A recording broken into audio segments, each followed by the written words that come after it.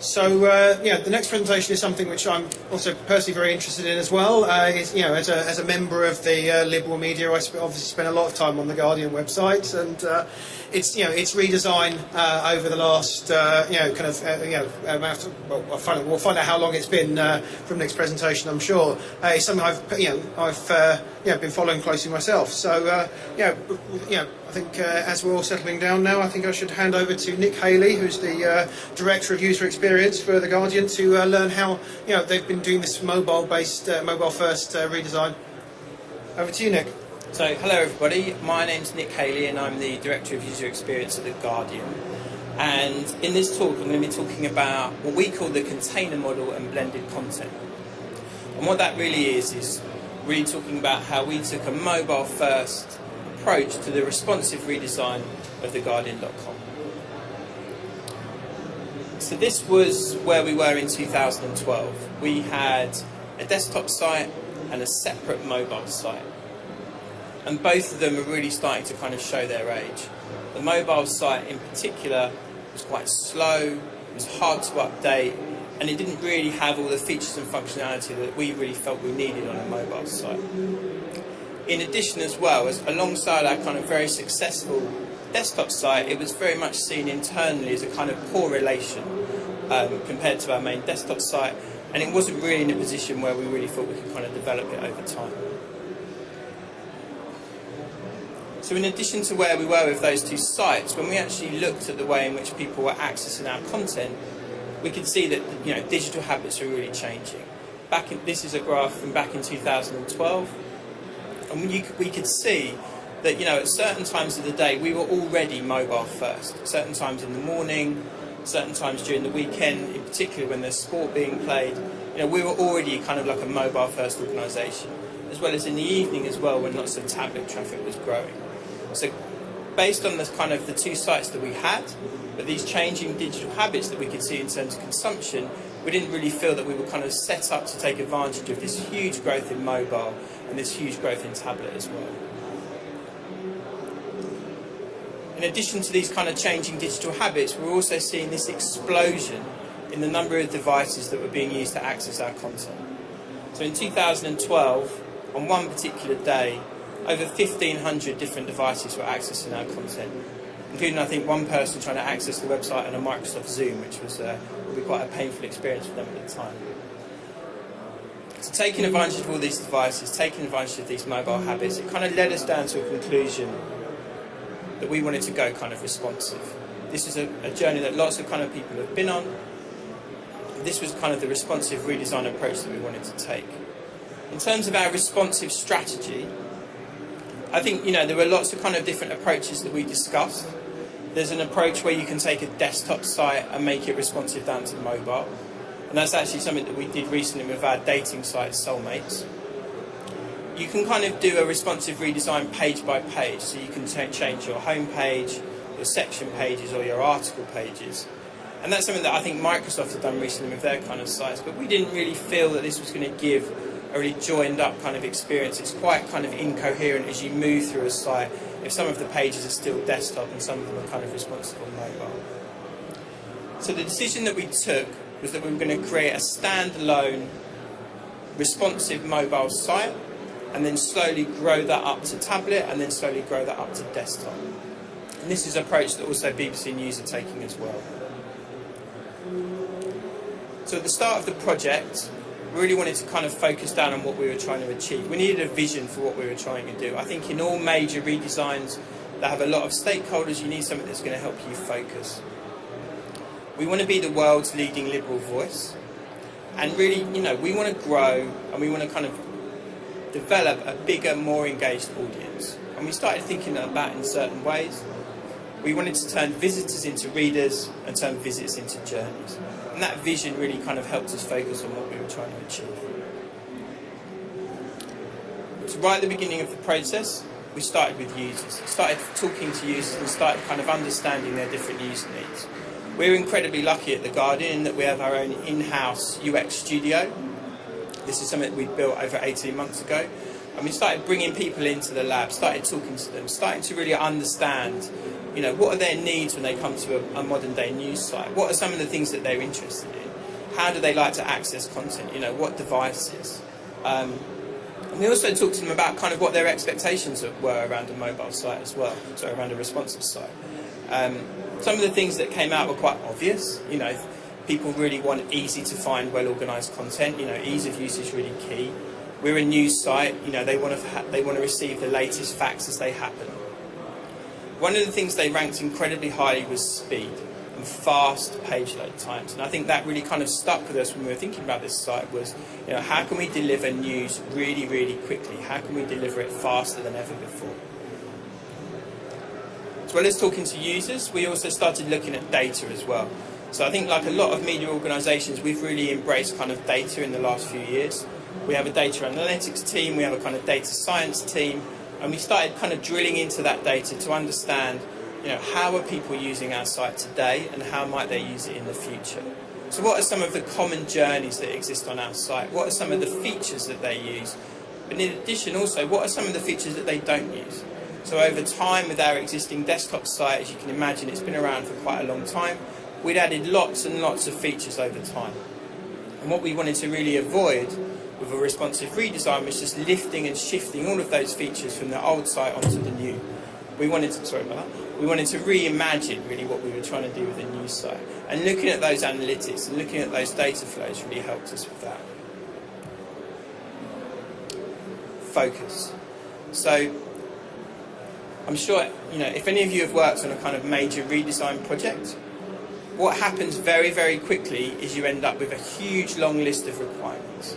Everyone gets really excited about a redesign and everyone comes to you with their kind of big shopping list of things that they want. Editorial requirements, commercial requirements, technical requirements, requirements from the kind of product team itself. You end up with a very long list and it's very difficult to kind of know where to start.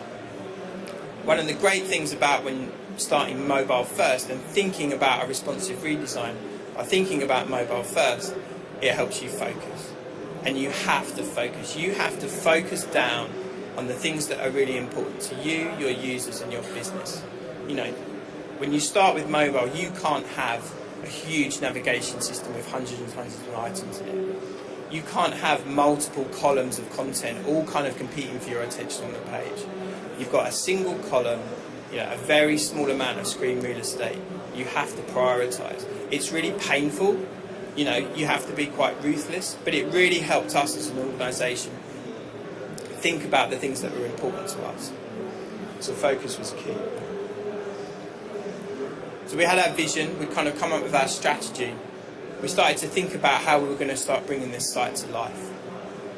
Did lots of concepts, lots of paper prototyping, lots of sketching, lots of prototypes. We experimented with lots of different ways that we could kind of present our content. We thought about things like fast kind of content zones or slow content zones. We thought about things like focused text and large image areas.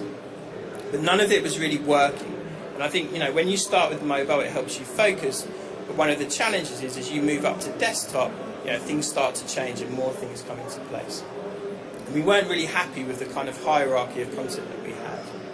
But we didn't give up. We kept going. You know, we kind of said, you know, the only way kind of through this is just to keep going, keep trying, keep kind of iterating. And we came up with, in the end, you know, after quite a lot of trying, came up with this simple concept, which we call the container model.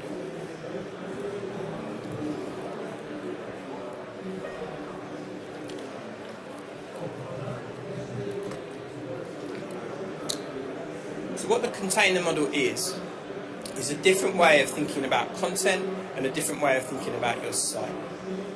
And what the container model has is kind of four main principles. The first one is that any page on your site, you don't think of it as a page, you start to think of it as just a series of containers. And those containers are stacked on top of each other on the page. The most important container at the top and the least important container at the bottom. A container is 100% width, so it takes the full screen real estate of the page. A container is also self-sufficient. So it doesn't need to be aware of anything else on the page. It doesn't need to know about what's above it or below it. It just really needs to worry about itself. And that kind of self-sufficiency is where we kind of came up with the idea around calling it containers. Containers are also responsive. So depending on the device that you use to access that content, the container will just flex to show the content that it needs to show based on the screen that you're showing. And you can just see a couple of examples here. This is a section page, so think of something like sport or news, and this is an article page. And you can just break these pages down into these containers. And when you start to have discussions internally with all, lots of stakeholders about lots of different kind of ideas that we've had, this helps you focus. This just says your page is a list.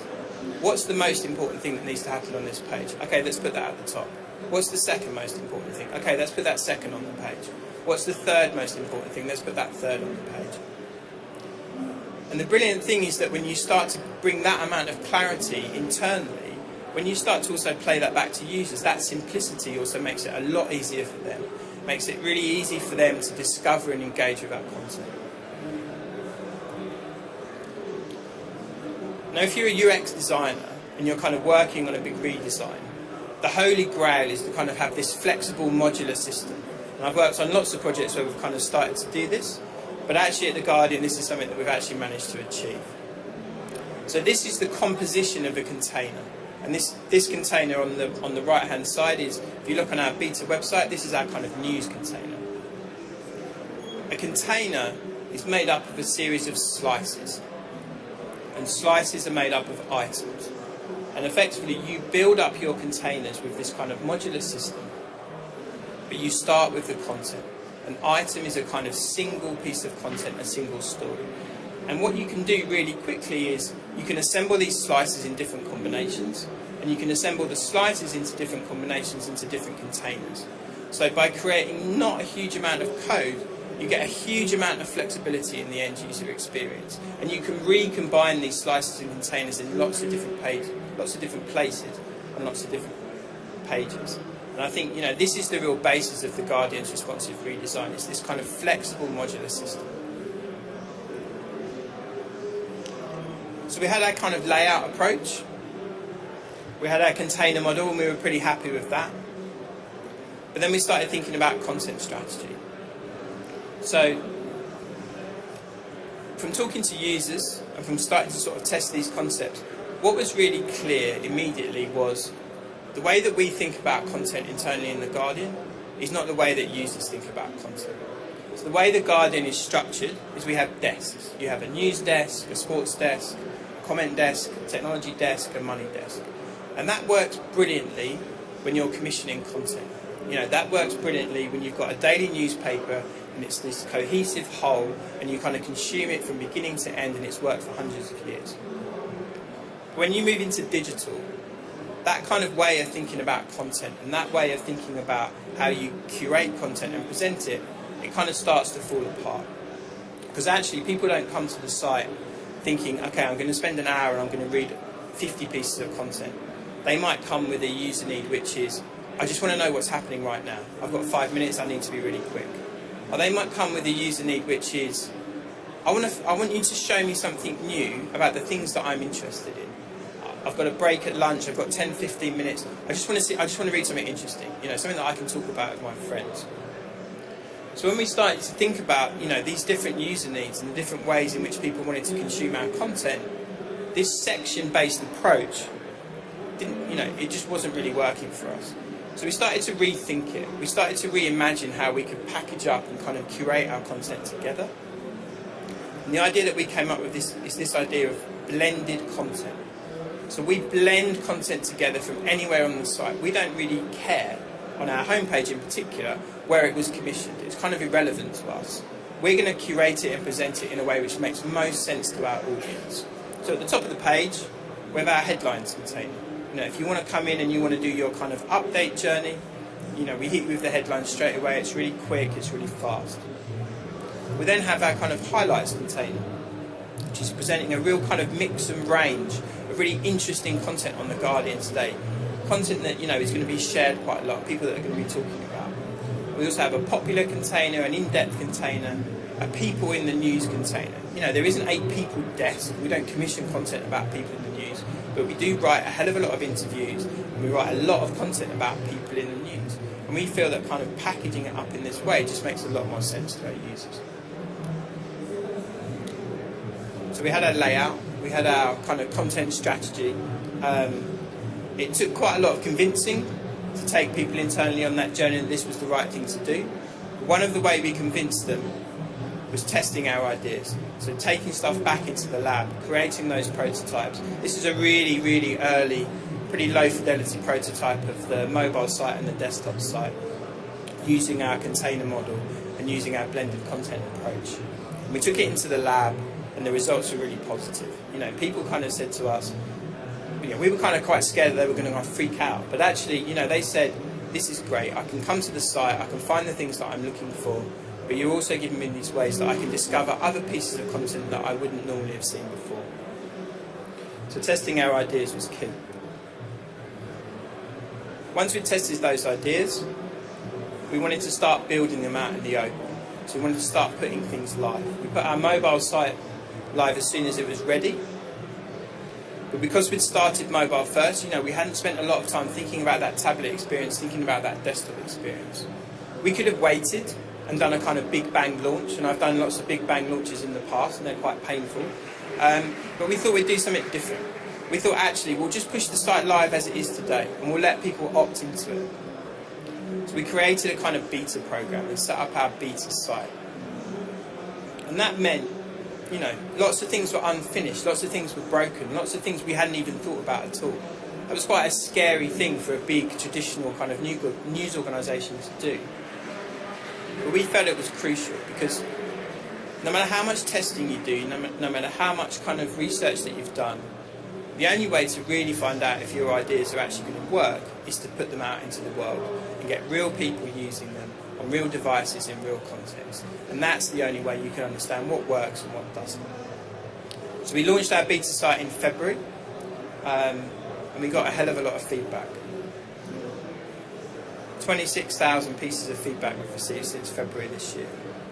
We've read every single one of them. And I think this has been invaluable to us in terms of understanding what works and what doesn't.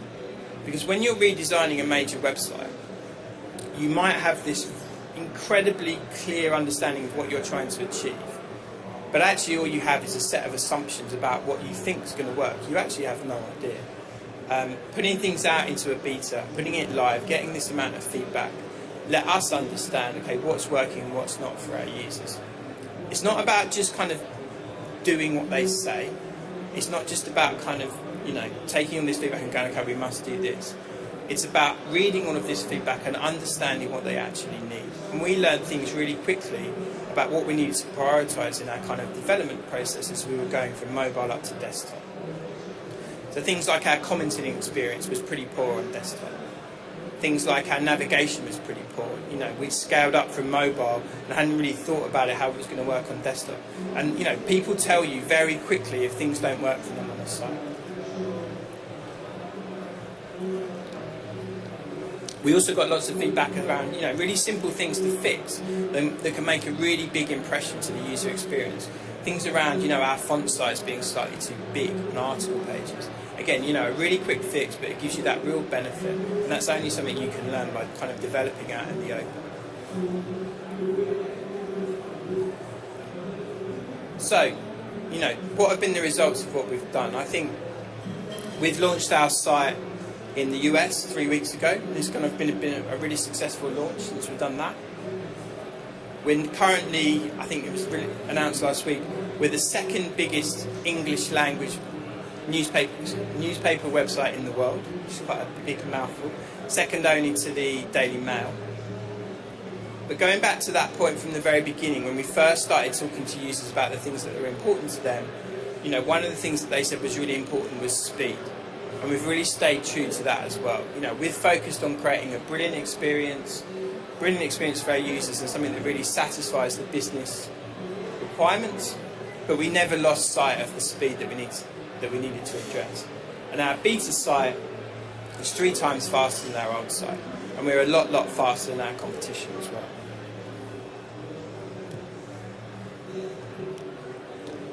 So, what did we learn? These are a couple of screenshots of where we are today. As I said, we launched in the US a couple of weeks ago. We're launching in Australia very soon. We're going to launch in the UK very soon after that as well. I think the key thing we learned was you need to start with user needs, and starting mobile first really helped us focus down on what's important. So if I was going to do a responsive redesign in the future, again, I would definitely go for this kind of mobile first approach. I think it really helps in a big organisation. It helps you focus on what's important. It stops the kind of free-for-all that often happens when you have a desktop site. Because people think, I've got this huge amount of kind of screen real estate to play with, I can have whatever I want. And lots of things compete for attention. The other thing we learned is that a beta program really works. You know, we've released this site very gradually over time.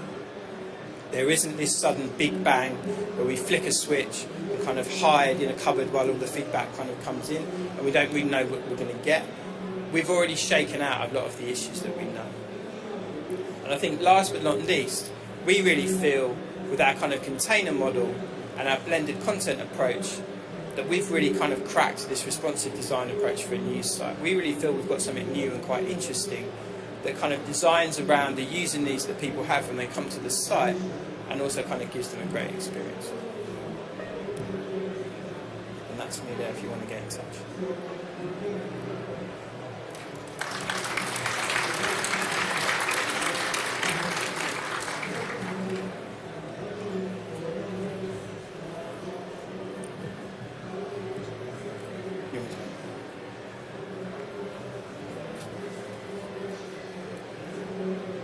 Thanks very much, Nick. Now we've got about 10 minutes for questions, and we'd like to open up all these questions to Sean, to Phil, and to Nick. So, who'd like to go first? A microphone will be coming round to you. If you can just say your name and who you work for or what you do, that'd be really helpful. Hey, my name is Rohan, and I'm managing director of an online fitness company in Germany. So my question is to you, Nick. So you spoke a lot about the container model and how you switch to responsive. So two questions. First is, how did you see the benefit of this responsive design in terms of quantitative matrix? And what is, since I assume that ad business is a very big component, how did you make sure that did not get affected? Because better the user experience, that means cleaner the interfaces, clearer the content is, which means that ads might be taking a second preference. So how did you deal with that situation? Hello? Two very good questions. So, we monitored the performance of the site really closely in terms of the key KPIs that we had. There's lots of kind of KPIs that we had around the site, things like page views per visit, things like kind of, average visits per visitor. And we wouldn't have even launched it into beta if it wasn't hitting the performance targets that we set.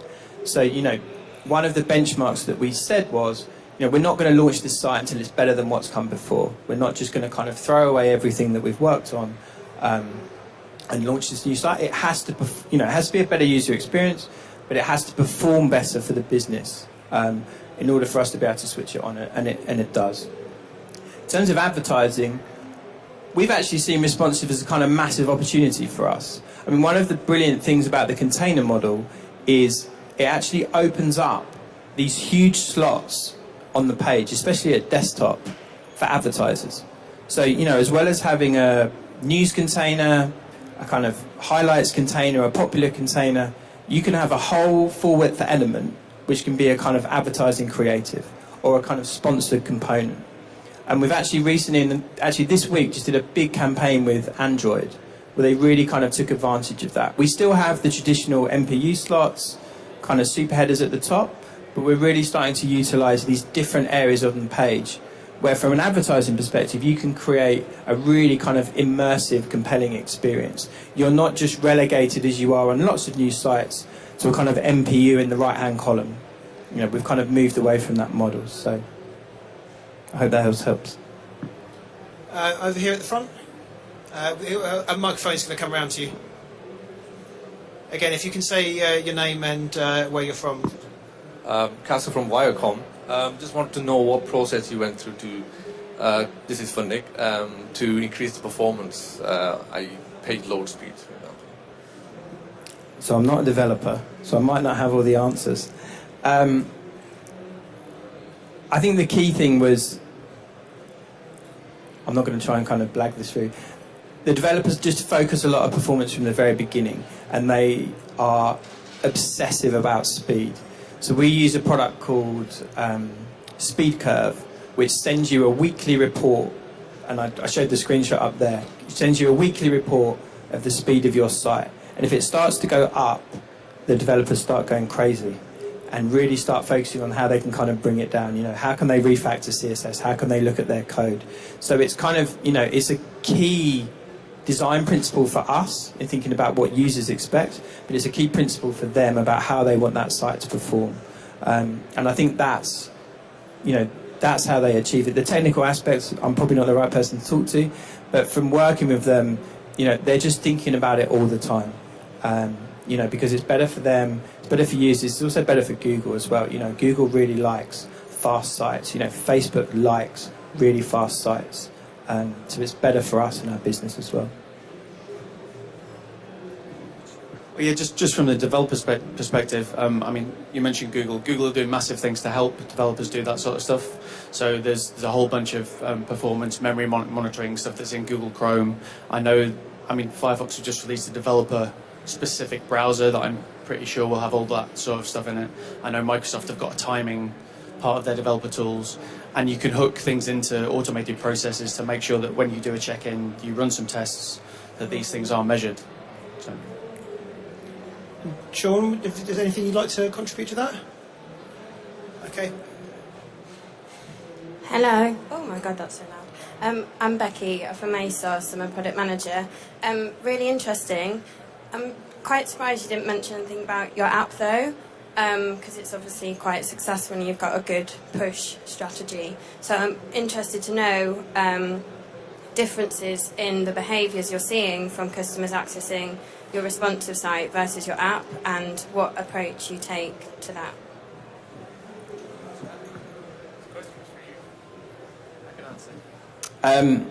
So talking about the app is probably a completely separate presentation. I mean, I think there's a couple of things, and there's actually a couple of the apps team sitting behind you as well that you might want to talk to after regarding. You know, what we know is that if we can get you using our app, the engagement goes through the roof. And based on the way that we generate money, you know, that's better for the Guardian. So, you know, apps are a crucial part of our kind of theguardian.com digital strategy. We don't see it as kind of web or apps. We really see it as both. We have two separate teams, and they are, you know, they are equally important to the Guardian. What we do tend to see is, you know, the website is brilliant for search, for social, for kind of growth and acquisition, and then the app becomes really good around kind of retention and kind of capturing that really engaged audience. Does that answer your question? You had a question about notifications as well. I'm not sure what.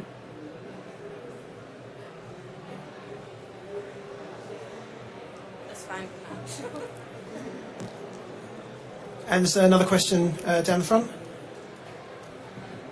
Sorry, there's a microphone coming towards you. Hello, my name is Anna. I'm from Reuters. I'm a developer. How are you doing the testing? How are you testing on different devices? Do you have a device lab or? Okay, yes. I mean, we've got a massive suite of virtual machines that we run on. I've just tweeted a link to the talk specifically on testing, but an overview of it is that we have a whole load of back-end machines. We have a whole load of front-end machines, and the front-end machines each have different browsers on them. So we automate through running the same set of tests across multiple browsers and multiple versions. We don't use things like, browser test? There's a whole source labs, anything like that at the minute. We kind of started this before those sorts of things came along. But I think going forward, maintaining that sort of infrastructure to test at that size probably would be better shifted elsewhere. So yeah, we execute each of our tests in each of the browsers. Device lab stuff, we have a little device lab in the office. What we're doing at the minute is during the development cycle, we want to be able to make a change locally and see that change on all devices. So we've got a way of hooking those different things in. I know that the browser vendors are doing a lot of work to allow you to make a change in one place and see that reflected elsewhere. Have you got any comments? Yeah, and also you can, at Groupon, we will release features as an A/B test to a very small percentage and allow that to test in the wild, which is a great way. If you have a large customer base, that's probably the best way for you to actually get real feedback on it. No device lab or no automated testing solution will ever be comprehensive enough. That requires you to do things like having blades or having small modules of code that you can turn on and off from some sort of remote infrastructure, and a great monitoring system in place for you to track time to boot, time to first byte, things like that throughout the rest of your infrastructure. So with all testing, it starts with really good monitoring up front.